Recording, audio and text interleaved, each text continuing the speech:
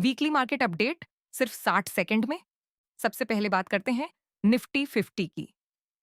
Nifty 50 इस हफ्ते करीब 0.77% बढ़कर 24,571 के स्तर पर बंद हुआ। वहीं बैंक निफ्टी में भी करीब 0.84% की बढ़त देखने को मिली। अब बात करते हैं सेक्टर्स की। इस हफ्ते आईटी, मेटल्स और ऑटो सेक्टर में अच्छी मजबूती देखने को मिली। अब सबसे जरूरी बात, अगले हफ्ते किन लेवल्स पर नजर रखनी है।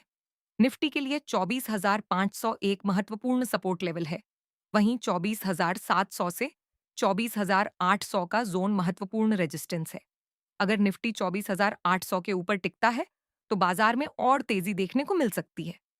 लेकिन अगर निफ्टी 24,500 के नीचे जाता है तो बिकवाली का दबाव बढ़ सकता है। तो अगले हफ्ते के लिए इन दो लेवल्स को जरूर याद रखें, 24,500 और 24,800।